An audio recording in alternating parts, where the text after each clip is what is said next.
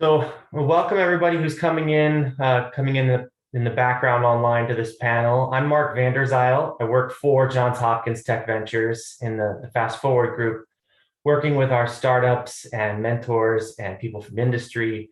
So we've convened a panel today of folks who can help give you helpful tips and avoid potential blind spots and pitfalls as companies are launching and scaling up. This series was envisioned by one of our mentors and residents, Dan Roach, and we put on three other sessions to date. The first one was focused on kind of pre-company planning. How do you know when you're ready to start a startup and what goes into everything before you kind of hit go. And then session two was you're launching and you're building out your operating plan and your founding team, advisory board, raising some capital. The third session was on sort of important nuts and bolts, legal, tax, accounting, and other. And then today we're focused on scaling. So I brought in a few folks to help share their experience both personally as scaling organizations and helping others scale. So in alphabetical order, we've got Dr. Stephen Bannon, who's a human resource executive. We've got Nick Culbertson, CEO of Protenus. Graham Dodge, former CEO of Sickweather and one of our mentors and residents at JHTV. And Ben Gibbs from Ready Robotics. So I thought maybe just quickly turn it over to each of you to give your elevator pitch, introduce yourself, who you are and what you do. And I've been flipping reverse alphabetical order here now. So start with Ben. Cool. I'm Ben Gibbs. I'm the co-founder and CEO here at Ready Robotics. And what we do at Ready is make a operating system layer for industrial automation, similar to Windows in the PC space. All right. And then Graham Dodge. Hi, yeah, I'm the co-founder, founding CEO of Sickweather, which I stepped away from after a change of control a couple of years ago, and I've since been working as a nonprofit leader as the executive director of Magic in Maryland and PathCheck Foundation in Boston. Nick Culbertson. Hey everyone, Nick Culbertson, CEO and co-founder of Protenus. We're bringing AI and automation to health systems to eliminate risk. And I keep calling you Steve, but I maybe should go formal. Stephen Bannon. That's okay. Thanks, Mark. Yeah, Steve Bannon. No, not that one. I get that a lot in Baltimore, by the way. HR professional specializing in people, culture and engagement, and worked in the startup industry for a number of years with scaling and also at Tech Ventures as well, helping with managers and supervisors. Yeah, I remember the first time I saw your name on my calendar, I was a little taken aback, but I've had a lot of experience working with Steve through Johns Hopkins Tech Ventures internally, and as well as the leadership development program across the enterprise at Hopkins. So happy to have you here. A lot of times when I think of scaling, I think of a distinction in my mind between a small business and a startup. And a lot of small businesses across the globe may remain small businesses, whereas startups often have a goal of scaling up. And I think we may fixate too often on fundraising, but I like to think about the plan and then the people to execute on that plan. So I was wondering, maybe we could start with the people and thinking about sort of building out your team and the roles and how you've thought about that strategically. And anybody raise your hand if you'd like to go first. Otherwise, I'll call on you. I'm happy to jump in on that. Yeah, I mean, when I was going through startup accelerators like Techstars and 500 Startups, we got a lot of this type of advice early on about how to find not only your co-founders, but your initial startup team, and then how to scale. And one of the guys who I thought had some meaningful insights was a guy named Micha Baldwin, who is now like an executive coach and investor. But he had said, always look for like the geeks, the people who can be kind of consumed by something and learn new things, whether that's like, comics, gaming, cars, surfing or whatever, because those are the kind of qualities that you want to kind of to keep that vibe of a startup team as you grow your organization. And then I would just sort of add to that as you're scaling, you're always looking for people that complement or supplement your own skill sets or the skill sets of your other founders as well, so that you're not just duplicating people, and that is, so long as they're aligned with your startup culture, your company culture, you want to keep that as diverse and offset from your own skills as possible. How about you, Ben? How have you thought about the people that you need to bring into Ready Robotics? Usually I think about two things. One is, what are the current needs of the organization at that time, right? Do we need to hire a salesperson? Do we need a demand gen type person? And then do we have anyone on the team that can temporarily fill that while we go out and find someone that is really going to be the domain expert for it to help us scale effectively? And I would say, as a corollary to that, one of the things I always try to do is, identify areas of personal weakness that I can augment with other leaders on the team. Nick, have you had any similar experiences as you scale up the Protenus crew, and how when you started with a team of 2 and then became a much larger group, how have you sort of identified who would really complement the existing personnel? I particularly like what Graham said about alignment. I think that's so critical, that a measurement of good culture is how well the team is aligned to each other. And you really should be recruiting for individuals that are aligned toward your vision. That's so early. That's so important early on, when possibly your vision or mission isn't very clear and you're figuring out together. And you may find that a very small misalignment early on may turn into more complicated misalignments later on as the company really finds what it is. And it's important that you keep in mind that it's not alignment to the founder, it's alignment to the company's mission. And oftentimes the founder themselves can be misaligned. I also think a really important metric to think about early on, and I hear a lot of people talk about that this is something that's challenging, but I think we should address it more head on, is that having a diverse founding team is so critical. I know in my own experience, we got to 12 employees before I looked around and realized I have 12 white males on my team, and this is a problem. And it's so common for us to reach out to our network, our communities, and find people like ourselves that are not going to necessarily challenge you. And not only is it really important to have alignment, but to have diversity on your team to be able to give different perspectives. And I mean, there's so many studies showing how diversity is going to improve overall. And I think it's important that we keep that in mind as well. No, I think that's great. When we were preparing for these 4 panels, we tried to have sort of a diverse technology area, digital, med device, engineering, life sciences, et cetera. But we also tried to have different types of backgrounds and people that, might identify with a different type of founder. And, unfortunately, this industry has been dominated by white men for far too long. And so when even looking through our own network, it was sometimes hard to pull that together, to get those different perspectives. So I really agree with what you're saying there. Steve, I know I've worked with you a lot on sort of self-assessments, and I heard the other guys here talk about identifying your own strengths and maybe areas, I don't want to say weaknesses, put words in your mouth, but areas where you could be strengthened by others. So how have you sort of thought about helping leaders with those self-assessments? I think it goes back to what Ben and Nick talked about, which was early on working with senior executive teams to really understand what are your values and what is the culture that you want to preserve as you scale up quickly. And so we often do a lot of work looking with executives, so what is it you actually mean by what type of employee you're looking for? And we create scorecards in regards to recruitment, that every position we're looking for certain characteristics as you go through. And then I find also with the startups, obviously you tap family and your network and you get to a point where that sort of has run dry a little bit, and it's how do you then scale up as you go through there. So looking at, contractors, hourly, part-time, all those different options to think about what are your needs going forward. But I would always encourage the senior executive to lead by example with some types of assessments.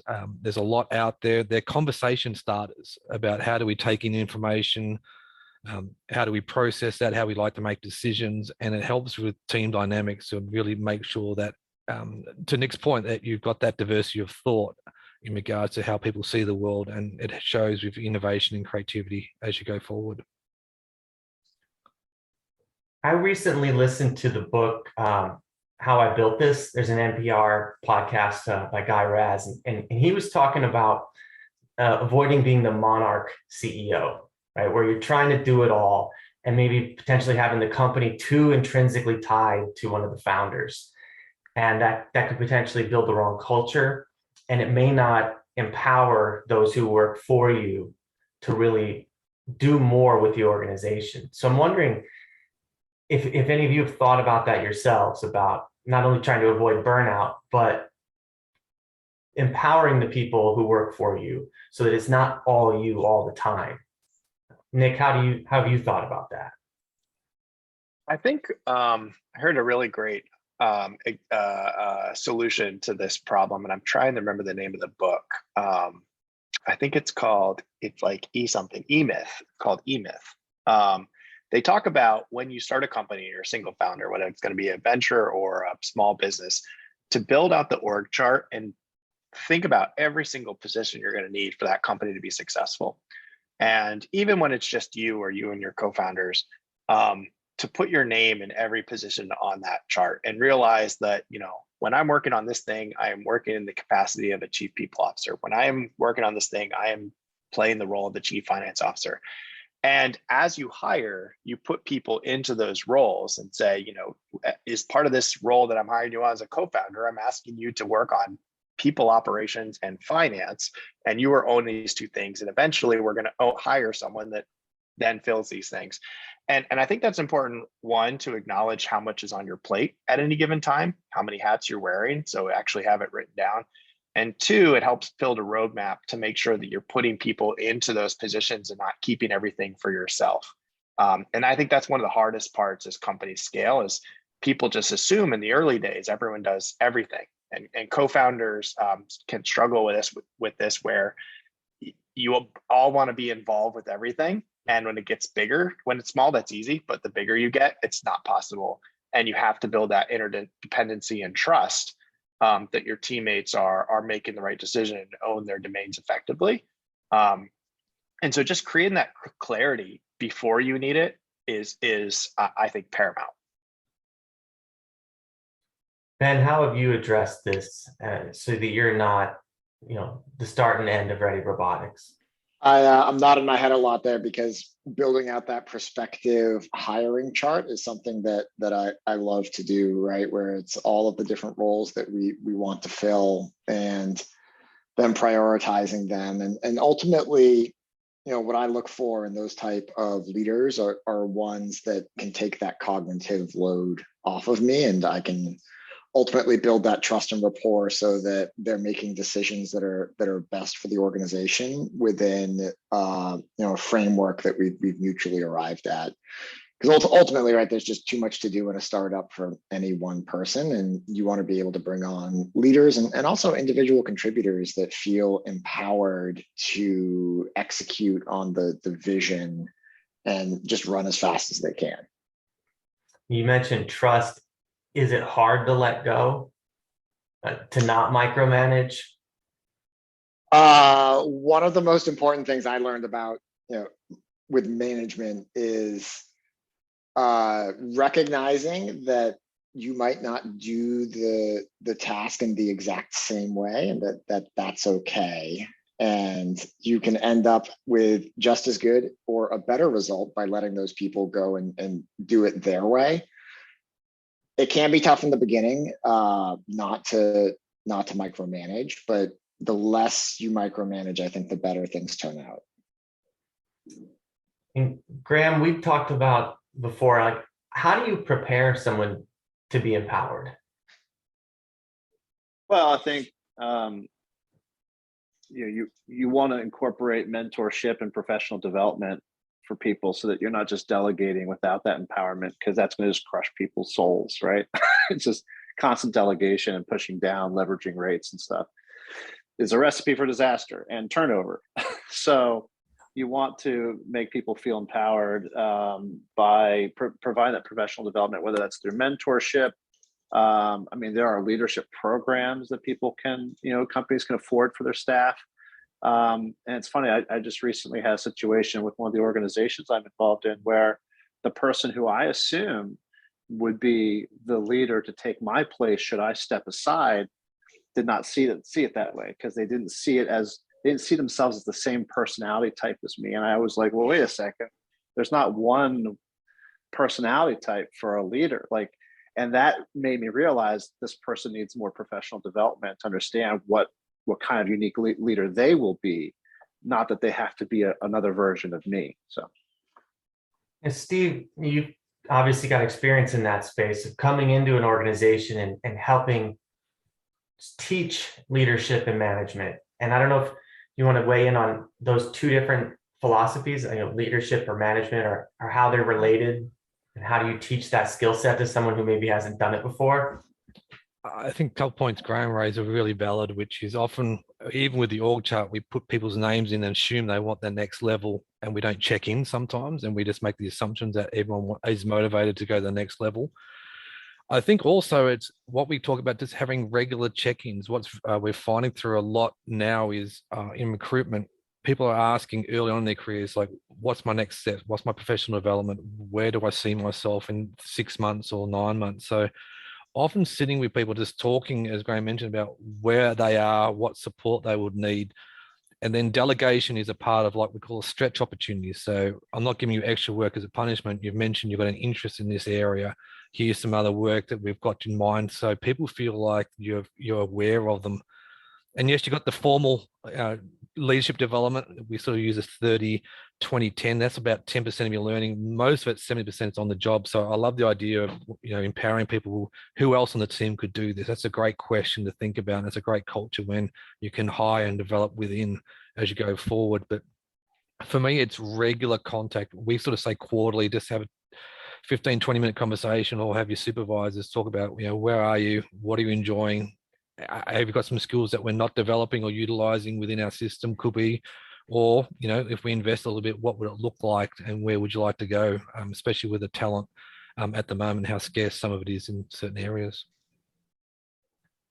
I think it was Nick who mentioned earlier that the early startup founder team kind of gives you the opportunity and maybe even the necessity to wear a lot of different hats. And maybe something that's attractive early on, that you get to experience different parts of the organization. But how do you know when you need to bring in a specialist? Like, how did you know, like, I need that people person now, whether it's HR or operations or sales? Like, how is it pointed out to you by someone else, or do you realize, like, I need now a full-time or at least part-time person in those roles? Nick, do you want to go first? You're on mute if you do. I wasn't sure if you were asking Steve still, but I love that question, because if you realize that you need to make a move and it ends and it's time, you're too late. It's been past the point of you realizing of that necessity needing to occur. Usually the leader is the last person to make the realization that a change needs to be made. I also think it's important to remember that changes like that are so normal. For someone to progress in their career at the same rate that the company is progressing is not likely. Often the company will grow faster than the person, or in some cases, the first person will grow faster than the company. And to have those two things aligned for like an entire leadership team is just impossible.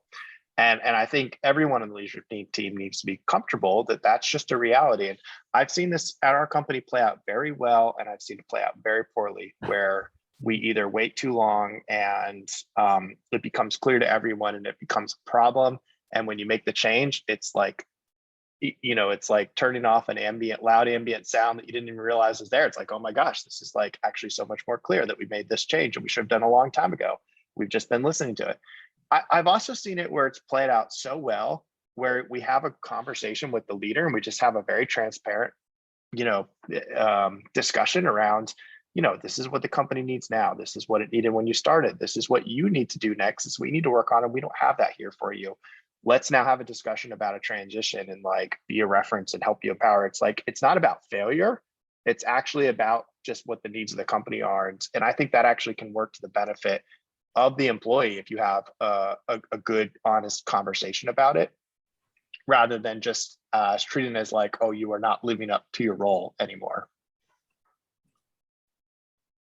I wonder, Ben or Graham, if you have anything to add on sort of when you knew it was time to bring in specialists on your teams.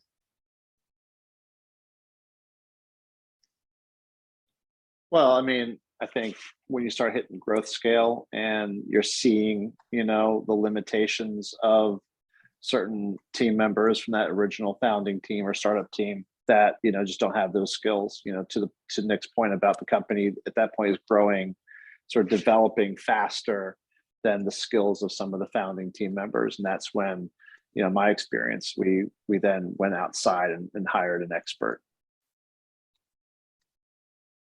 I'll also just add to that, I think another area where I see sort of this idea of empowering people and sort of you know, churn, but in a positive way, is with interns. And it's just a small example.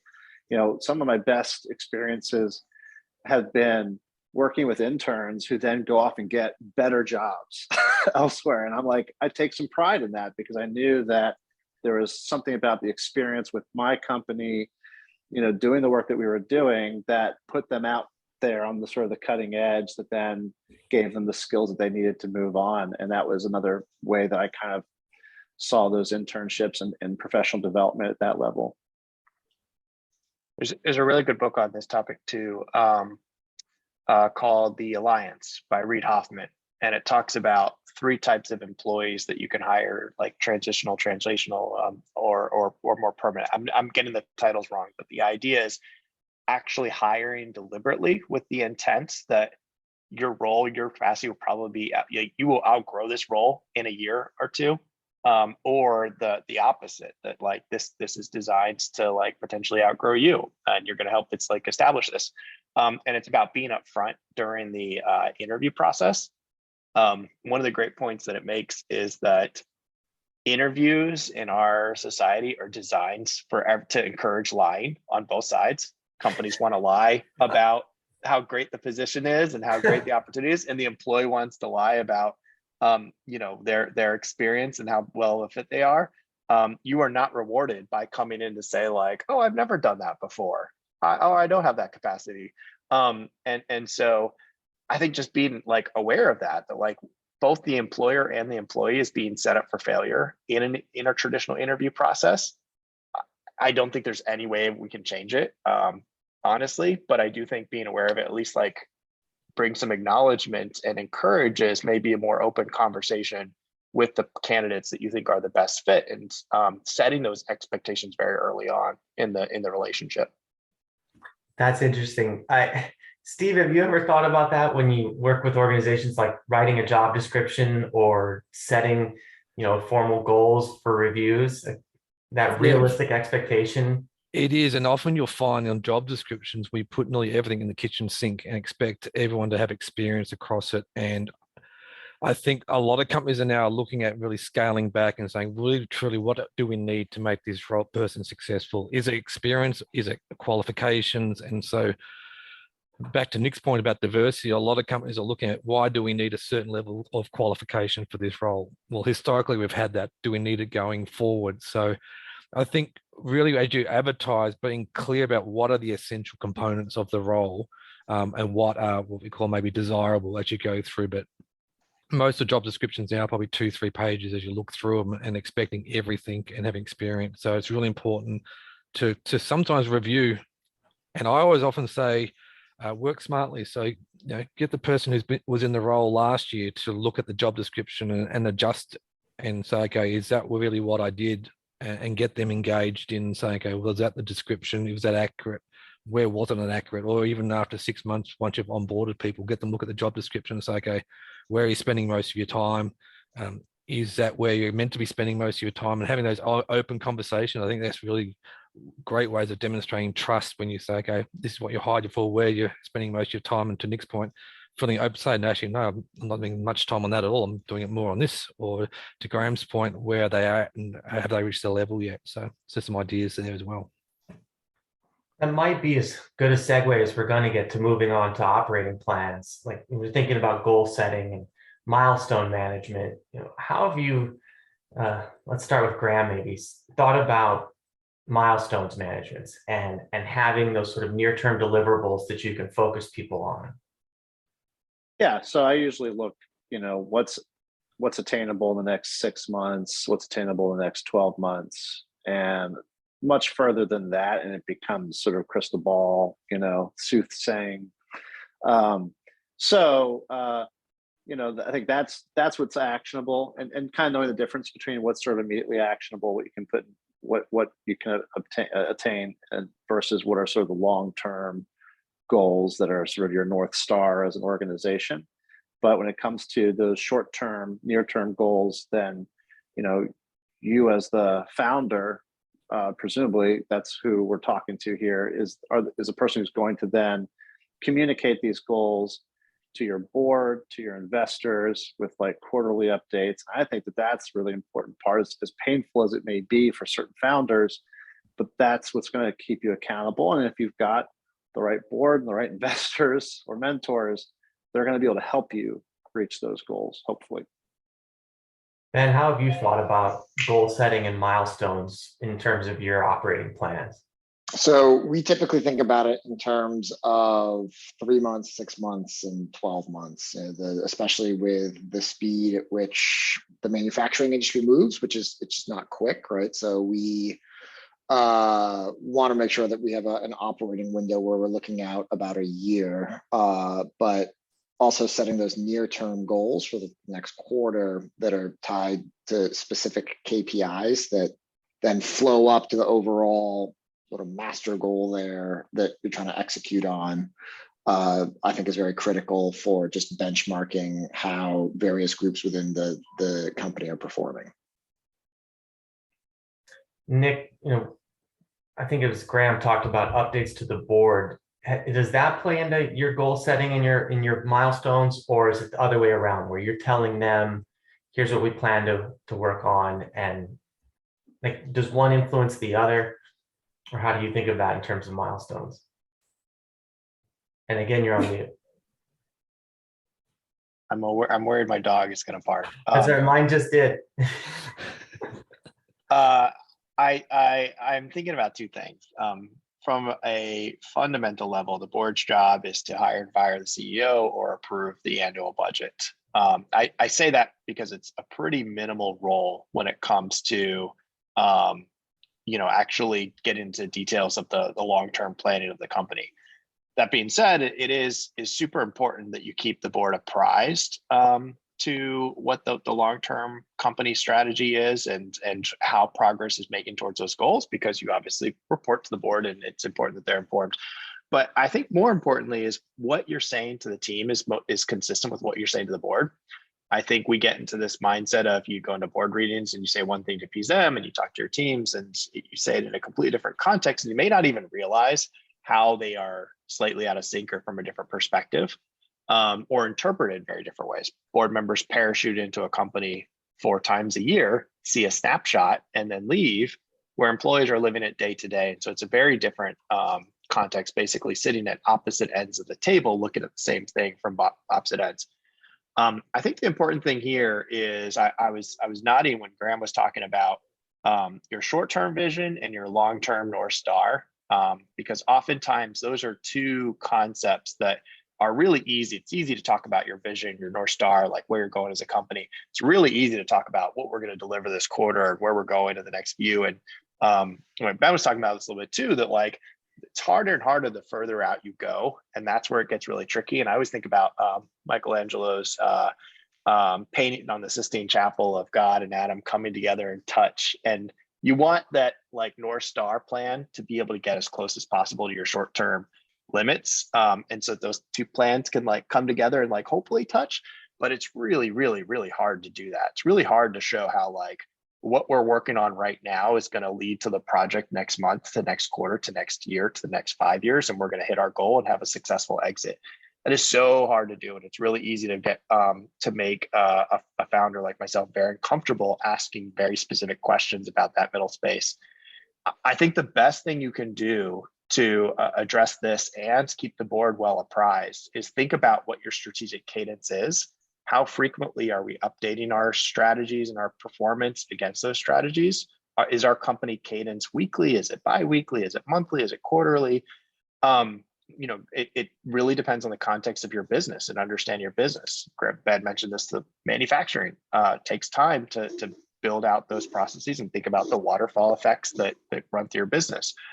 For software development, it's very different. You can think about things in very, very small bites and increments, depending on how your team is structured. But regardless, in that process, so for example, we do a 6-month strategy refresh. And the way that we do that is the first thing is you come up with a strategy collaborative with your team, then you say it back to your team. And hopefully everyone on your team is saying, yes, we agree, this is the right strategy, we're moving in the right direction. And that's what you present to the board, knowing that you have that clear context. It's not the other way around where you have the board, you present a strategy and they say you're good with it. Then you go back to the team and the team is like, we can't deliver that. We can't go against that. So just thinking about the sequence of how you're being strategic, I think is really important to make sure that there's clear communication about that long-term roadmap and how you're going to deliver against the next North Star, both with your team and the board. Steve, I'm wondering how you have experienced this when you come into an organization and you want to help them identify what their goals are and should be, and how to, clearly define those and see what's going to be most value added and impactful. Like, how do you work with leadership to help that with that goal setting? Yeah, I think similar to Nick's point, there's 2 ways. There's either top down, so the executive team will make some clear goals, or bottom up, and the reality is it's going to be both, ideally in a climate where the people on the floor doing the work feel they have input into it, they feel empowered in regards to the strategy and the goals going forward. And the point I want to really raise, it was mentioned, was goals are only good as a feedback. And so some organizations I work with have a very nice, every 6 months, and then how is that brought to life? So each week, how does the manager or supervisor or the staff member, how do we review those? How is it being assessed? And allowing discussions every couple of months to say, okay, is this realistic now given the supply chain problem? Or do we need to readdress? So working through. So for me, it's a bit of both. It's a collaboration. So that we call it the tops having a clear idea of some certain things that have to be done, and then the bottom middle group understanding how they can contribute to those goals. But a lot of my time is spent on the feedback process, and I think that's where some of the startups fall down, is that they put these in place and they don't come back and revisit them enough. I feel like communication has been a theme that a few of you have mentioned, and you think about traditional communications like board reports or press releases, but how have you focused on internal communications to make sure you're continuing to keep your staff informed and motivated, right? If you want to clarify the company's missions and objectives, and to motivate and empower your staff to be working toward those goals. Ben, how have you thought about that internal communication? Quite a bit. We think about internal communication and just regular touch points, especially because with COVID, we ended up going much more distributed, right? So like my leadership team, for example, is distributed across the country. And we think about that in terms of just daily check-ins with the leadership team, but also making sure that I'm providing continuous feedback to the leaders, and our leaders are in turn providing continuous feedback to their individual contributors, right? I mean, if you have a individual contributor, or even a vice president, for example, that isn't doing what needs to be done, isn't hitting their goals, you don't want to wait until like an annual review to say, hey, you're not performing at the level that we expect you to perform at, especially in a very small, fast-moving startup. And so being able to provide very clear communication guidelines on, where they're falling down, how they can improve and move forward, I think is really important. But beyond that too, just making sure that there's a bit of water cooler chatter as well, because with the distributed team that can sometimes get lost. And we've actually been encouraging, as crazy as this might sound, a little bit of just idle time in meetings for people to just have some crosstalk and random conversations, because we find that that can help with ideation and brainstorming. That's a good, I like that strategy. That's great. I think a lot of that has been lost when you have to schedule every conversation. So I often think of startup founders and CEOs as being really charismatic and good public speakers, right? You're in sales mode nearly all the time, right? You're hiring, you're raising money, you're going to a pitch event, whatever, you know. And so when I've done my own self-assessment, I thought I was really good at communication because I can be good at public speaking. But then it was like, wait, that's not all of communication, right? Communication is how often are you communicating with your staff? How are you sending and receiving messages? So Nick, how have you thought about that? You know, that lens on communication internally within your organization, right? It's not just you giving a really great speech, but how have you had those channels of communications, and how have you thought about that? Yeah, I think there's two really important aspects to this. I was chuckling as you were talking because many people don't know this, but I'm extremely introverted. I hate public speaking. I hate going out in front of the individuals, and it takes a lot of thought and effort to make sure that I have a message that's clear and consistent. I'm prepared to talk to large groups of people. Not everyone does it naturally, but that doesn't mean you can't do it well, and that doesn't mean you can't be successful. It just means you have to think about building the right process that works for you and works for your leadership style. The other important aspect of this is that if you told the team once, you've told them 0 times. It's all about redundancy and diversity of communication. What I always think about is if we're doing something new, I think about the message about me sending the message and letting them know it's coming, the message about the fact that I did message them, the actual message that it comes through, and the formats. I'd make sure, was it on Slack? Was it on email? Was it in a meeting? And then do managers then replicate that message? Have we trained the managers to then distribute that message across the team?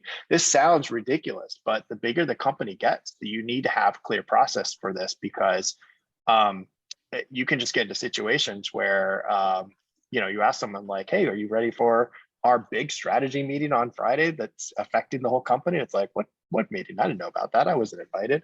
And heaven forbid that happens, but without thinking about all of those steps, because not everyone in the company is super well connected. And I actually had a great conversation about this with an individual who works for Stan McChrystal, the general that runs a consulting group that's all about building alignment between companies, and helps enterprises build these strategies of developing. It's called Team of Teams, and like making sure companies are well aligned and building good communication. And I asked them, and I was like, people who are really well networked, are really well, good cultural nodes in the company, should you select for that in the hiring process to make sure that you're bringing people on, they're going to propagate messaging and be really communicative? And I expected him to give me this long-winded answer of like, yeah, you want to find something that like really communicative and good at communicating. And his answer was like, shocked me. He was like, no, you hire the people that that are good at doing the job. Hire people that are good at doing the job, regardless of like their background or their style or their personality. Make sure they can do the work. Then build processes that force people to communicate, build processes that encourage people to be at the right table to hear the right message, regardless of their learning style, so that everyone gets that consistent, clear communication. So a really important topic. And I think people just assume that it's like the natural skill that goes into the stereotype of a CEO that makes people successful. But I think anyone can do it. It's just really about building those competencies up. That's funny. Now, I was chuckling. Steve will remember a couple of weeks ago, President Daniels at Hopkins was talking about how he's repeated the same message so many times, he felt like everybody's heard it now. Like, I don't need to say this anymore. And then he didn't. And some student said, you know what you should say? And he's like, oh my God. I mean, so yeah, that repeated sort of driving home messages over and over and over again. That's funny. I'm wondering, Graham, sorry, do you have something to add there before I? Well, I was just going to, on the topic of communication while we're still on it, sort of as an anecdote, I interviewed someone once for a role and found out that in their background, they did comedy improv. I thought, okay, I knew this person would be a good communicator because they've been trained to do what they call not improv active listening, where you're not just waiting to talk, right? You're listening to the information, you're processing it. And then beyond that, what you do with that information is what makes it funny or not, right? But part of the other steps of active listening are also not denying information. And then there's the whole game of like yes and, where you're not saying no, but you're saying yes and you keep it moving forward. You keep that sort of plot moving forward. I have found that those types of communication skills, you know, a practical level with staff, whether it's with staff, with investors, with customers, is really important lesson, even for founders too, who are out there pitching and meeting people, you know, networking at the sort of highest levels. So I'm wondering if you guys can weigh in on other ways you think of scaling, right? So we've talked about people, and I mentioned fundraising, but it's not really a topic today. But have you thought about new avenues of, say, customer segments or products, or what are other ways that your organizations have scaled, you know, to show growth in addition to just personnel and fundraising? Maybe Ben, if you want to try to tackle that first. Digital presence certainly has been an important one for us, especially as we engage with enterprise scale customers. That, you know, at a large enterprise, to get something done, you have to engage with a whole bunch of stakeholders within that organization. And one of the ways that we arm our internal champions within those organizations is with white papers and other collateral that we produce that has a little bit of a sales angle to it, but is really positioned as thought pieces that, in addition to arming our internal champions, we just push out through the social media platforms, primarily like LinkedIn, that just put us top of mind with potential prospects and customers in a way that just paying per click doesn't necessarily do. And I think that's a really important thing to leverage effectively. Is if you build that presence up correctly, you can use that as a megaphone to really blast out your brand and get people aware about it in a way that, especially with COVID, has really become very important in the last few years. Graham or Nick, have either of you thought of other ways you've been scaling organizations in addition to just people and raising money? Is it new volume of sales or new channel? I don't know. Just curious if you think of scale as different way, other ways of gaining traction, momentum, building. I think an important part of scaling is to actually think about the difference between linear growth and exponential growth, especially when it comes to margins. You think about your unit economics at an early stage versus a later stage. It really comes down to software and tech. Fortunately for a SaaS company like mine, this is like a very solved challenge. A lot of companies like Salesforce have pioneered workflows around internal processes and operations to make things really efficient. And you should be seeing the ratio of revenue and customers to your own team and time improving on a constant basis. And if it's not, it goes back to our conversation of finding the right leadership and talent that can help you think about those unit economics and scale. But ultimately, it's like off the shelf packages that you basically implement because they are such a solved aspect of supporting customers, managing customers, and making sure that you're being efficient with your time and resources. And actually, they all go back to what Ben was talking about with digital presence too, and automating all of that work, so that it feels like a high touch relationship between your customers or your presence, but it is a lot of technology behind the scenes. I think just on that too, automation and scaling up in HR in regards to benefits, HR systems, payroll, L&D. Like as you're scaling up, you can really tailor benefits a lot more to the needs of your employees and those areas. But you want to be automating a lot of those different things. So there's a lot of support out there, and that's the thing too. When do you shift from the small to the medium? There's some big decisions because it's a big investment too as you go through it. So definitely scaling up the software in the HR area. There's a lot out there. So making sure you're clear about what you need now and into the future is really important as well. And the only other thing I can really think to add to what everyone has just said is maybe to also point to research and development in terms of exploring what expanding capacity looks like for your organization, different industry sectors that you can kind of stratify across or whatever. That can also be another way that once you're already kind of filling, at scale, ways to continue to scale out beyond, what you're already doing. And consulting firms, big ones, the Booz Allens of the world, they're very good at that. Constantly looking at new industry sectors and constantly investing in research and development. One thing we've sort of touched on a few times here when thinking about goal setting and personnel is the company culture. So I'm curious how you each sort of think about and in your own minds what your company culture is, and moving past sort of some of company vision and mission are important, but moving past buzzwords or just like swag, you got a cool vest with your company logo on it, or benefits. But how have you deliberately thought about the culture that you're trying to cultivate within your organizations? Maybe start with Nick this time. You hit the nail on the head when you said like getting past the buzzwords. And I think oftentimes words become buzzwords because they're so loaded and overused that they, even though you mean something really genuine and authentic, it doesn't come across that way because they're used so much. And culture is one of those words. Whenever you talk about what is our culture, everyone thinks about swag and like meeting space and like logo and brand image and stuff like that. Or like, they don't think about what kind of processes you use to meet and how teams set agenda. I try every time I say culture, I remind myself to say competency. I talk about our company culture and competencies. Like, what are we good at as a company and what do we need to do better at? Culture is really about how effective are we at staying aligned, staying in communication, staying strong in terms of the constant challenge and complexities that we face as a company.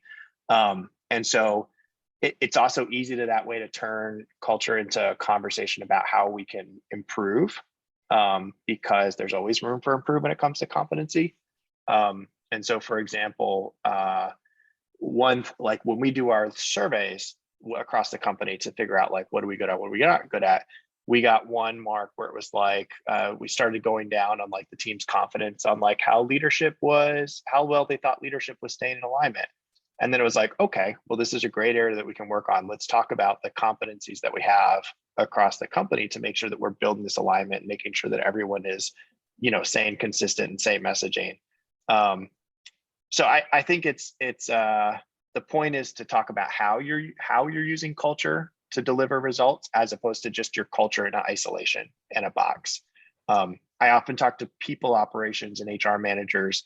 And I'd love to hear Steve's perspective on this because they often talk about like the work just gets siloed off and it's like, well, that's an HR thing. That doesn't affect engineering.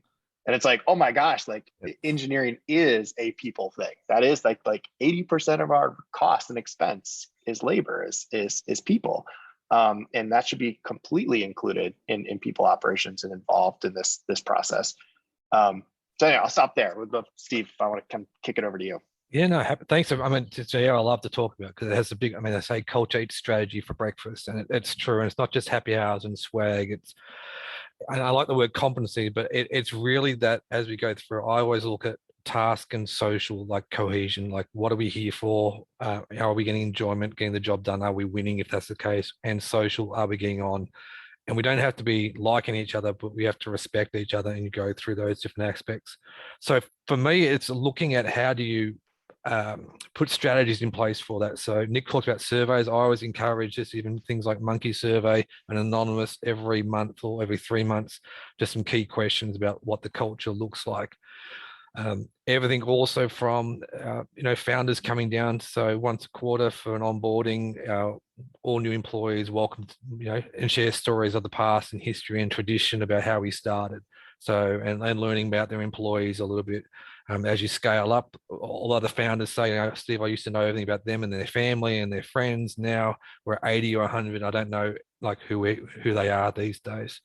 So for me, culture is very important in regards to how you measure it and your wording as you go through it. And the reality is, and I say this a lot in coaching, if your most talented employee is against your culture, do you accept that?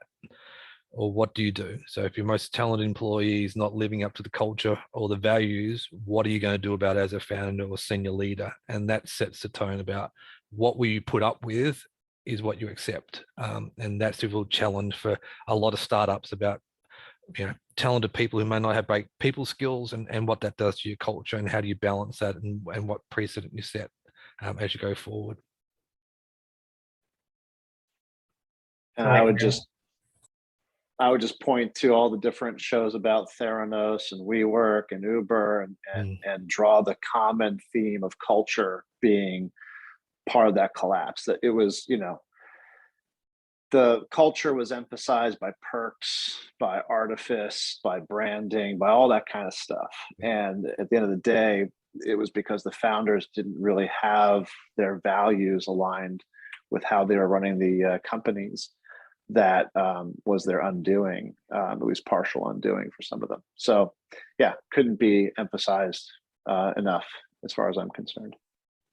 Yeah, and I would say an important thing there too is looking at the sort of general personality attributes of the people you bring on board. You know, what are the things that they seem like they care about? And to Nick's point too about surveys, I think that's an incredibly powerful tool that gets overlooked a lot until you really start to embrace it and do it on a regular basis. And it becomes a very effective way for you to take the temperature of your team in an anonymous way and encourage them to give you really candid feedback. And then I read every comment that goes into our engagement surveys. And sometimes some of those comments cut because you can feel the frustration coming from certain team members, and you don't necessarily know who they are, but just knowing that there are perhaps pockets of misalignment there that you need to address are very important. And sometimes you might have a good person that, you know, they have attributes that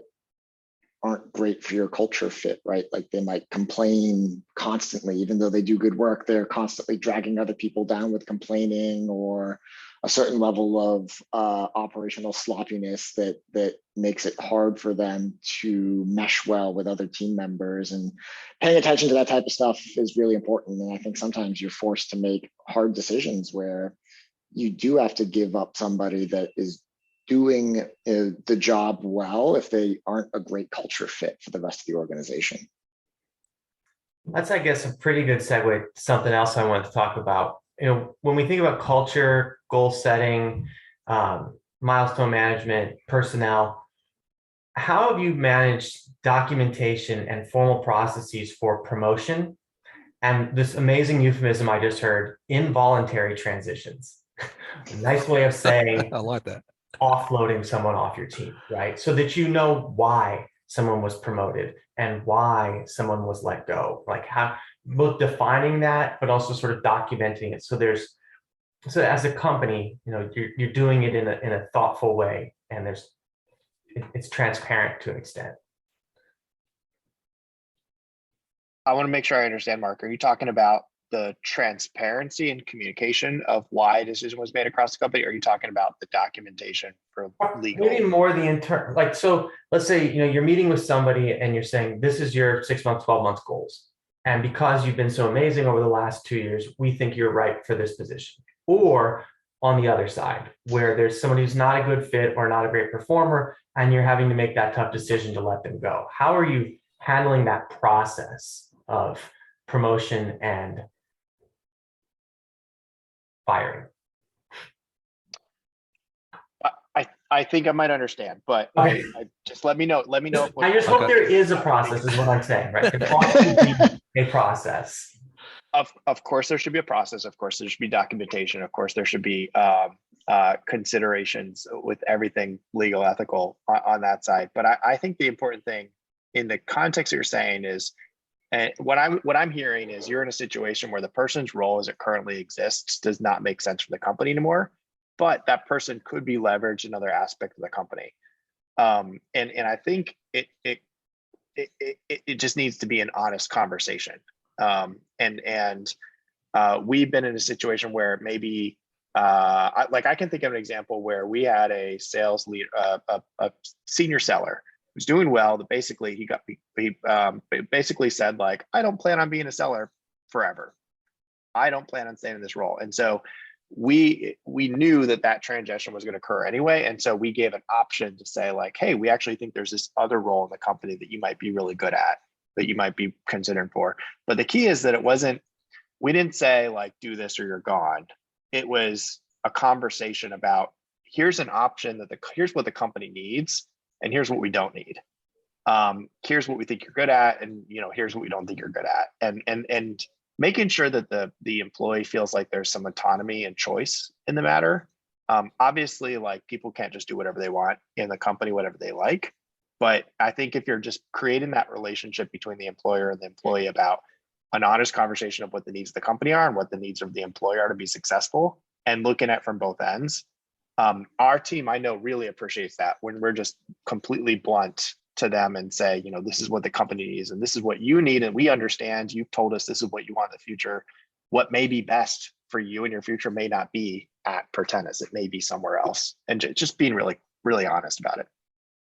Is that touching it, Mark? Yeah, and maybe Steve can help clarify this, because this is one of the first things he and I talked about, was how some companies, it may not be clear why someone got promoted or why their shares vested or where they were more compensated with more equity, and somebody else might have been let go before they hit an opportunity for advancement or financial gains per se. And how do you protect the company while also empowering and driving people toward the company's goals? Yeah, I'll start with the first part. Document.